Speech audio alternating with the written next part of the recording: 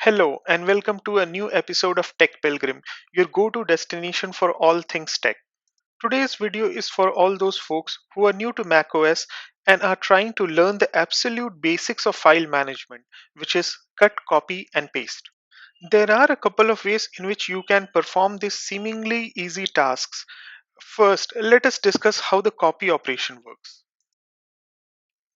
To copy files, open source and destination folders using Finder. Then select files to be copied using mouse or trackpad and right click on it. Select copy from the drop down menu.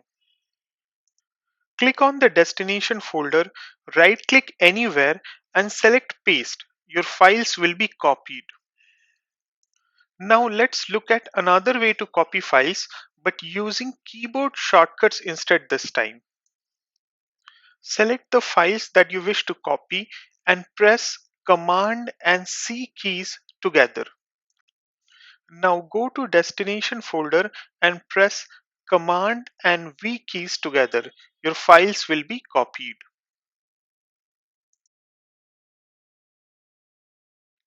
Now it's time to look at moving the files from one folder to another using cut operation. Select the files to be moved in the source folder and press Command and C. Then go to destination folder and press Command plus Option plus V, all the three keys together. Your files will be moved. There is an alternate way to move the files. You can select the files in the source folder, keep the left mouse button pressed while you drag these files to the destination folder. Your files will be moved.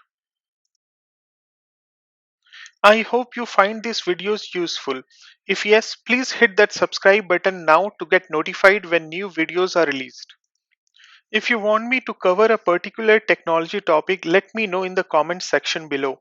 You may check more of my videos by clicking on the link above. Till next time, bye.